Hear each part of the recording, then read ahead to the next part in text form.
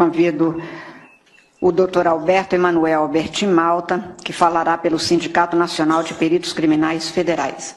Vossa Excelência tem até 8 minutos também para se pronunciar e está com a palavra. Obrigado. Excelentíssima Presidente, excelentíssimo relator, ministro Gilmar Mendes, excelentíssimos ministros, excelentíssima ministra. Falo em nome do Sindicato Nacional dos Peritos Criminais Federais.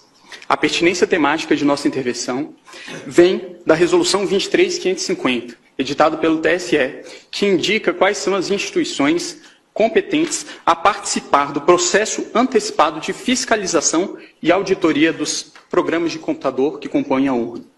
Dentre essas instituições está o Supremo Tribunal Federal e também está o Departamento de Polícia Federal, dentro do qual os peritos criminais federais com especialização em informática são aqueles que têm habilidade para interferir.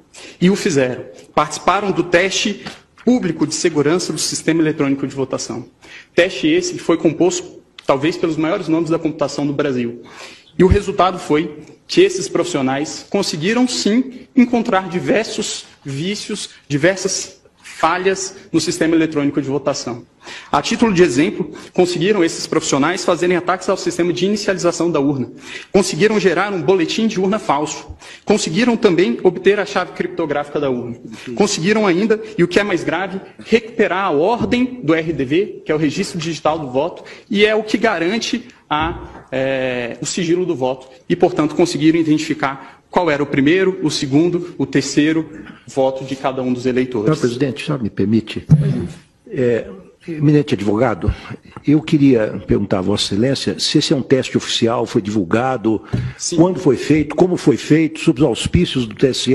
O TSE já porque fez. Queria dizer a Vossa Excelência que quando fui presidente do TSE, isso não significa absolutamente nenhuma antecipação de voto ou opinião, nós fizemos uma auditoria pública por meio de edital, com personalidades que testaram a rigidez das urnas e que foram recrutadas, ou se habilitaram, melhor dizendo, a esse teste, pessoas oriundas da academia, das Forças Armadas, particulares, e naquela ocasião, depois de uma semana de testes intensivos, nenhuma falha nas urnas foi encontrada. Então eu queria apenas que Vossa Excelência, se pudesse, esclarecesse que tipo de teste é esse que foi feito e quando foi feito, sob os auspícios de quem, a pedido de quem e como é que isso foi divulgado.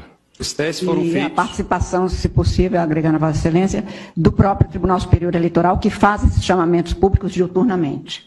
Os testes... Porque essa, senhor presidente, é uma imputação muito séria. Da maior gravidade. Séria, e precisa verificar a verossimilhança disso.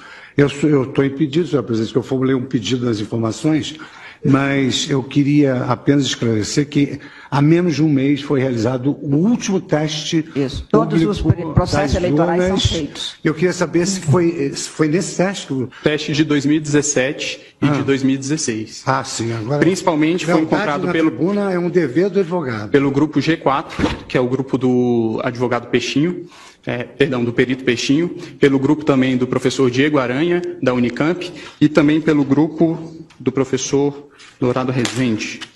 Ok? Se o relatório do TSE... Para deixar isso claro, o TSE, com licença do advogado, o TSE, a rigor, sempre fez esses testes. Todos os chamamentos são feitos. E isso está, inclusive, nos atos normativos que balizam toda essa questão.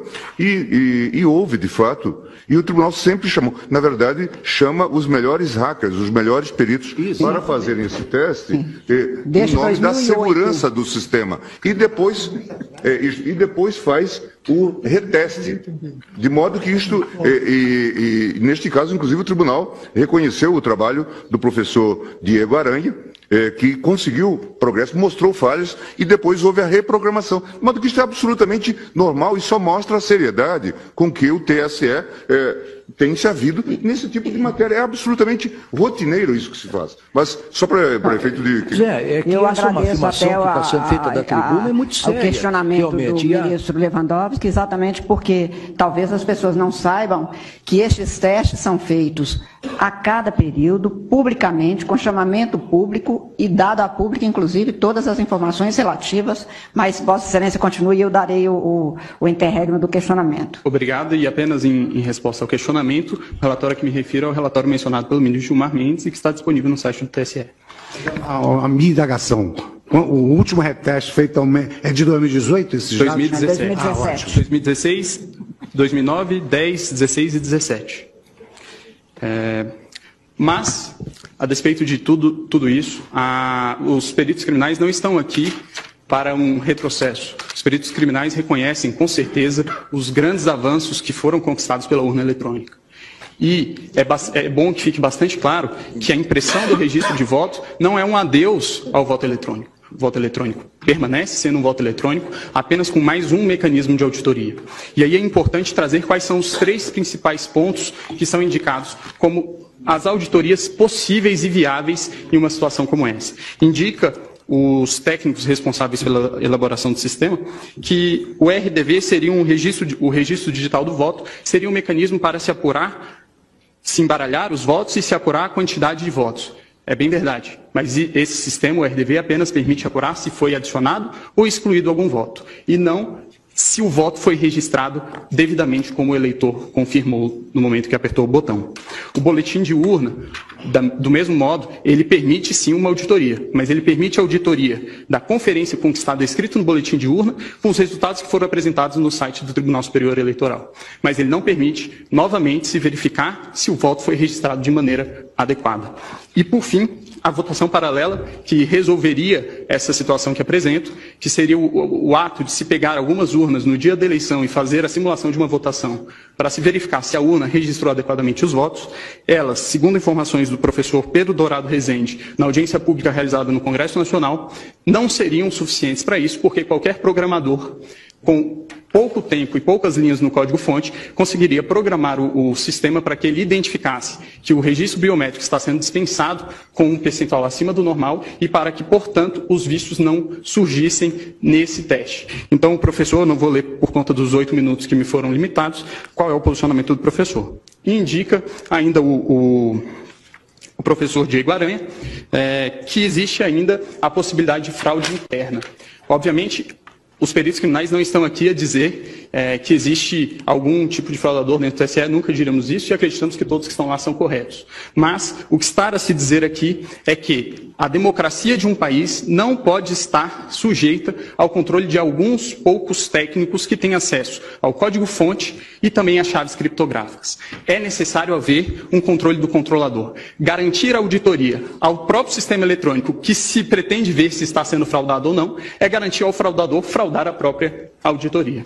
Então, a impressão do voto, ele permitirá que, em eventual situação de dúvida a respeito da rigidez do processo de escrutínio, possa haver efetivamente uma auditoria. E em relação a algumas das preocupações que foram trazidas pela Procuradora-Geral, várias delas já foram respondidas por uma resolução que veio a ser editada posteriormente pelo TSE, que é a Resolução 23.521, que dispõe, inclusive, como funcionaria no caso de a urna dar um problema, a impressora travar. Dispõe a resolução que existirá também uma impressora de contingência, haverá um lacramento sem contato humano para que essa impressora possa ser substituída. Também em relação ao argumento de que deficientes visuais não teriam como verificar o voto impresso, foi editado também em 2017 a Resolução 23.554 pelo TSE, que dispõe que o deficiente visual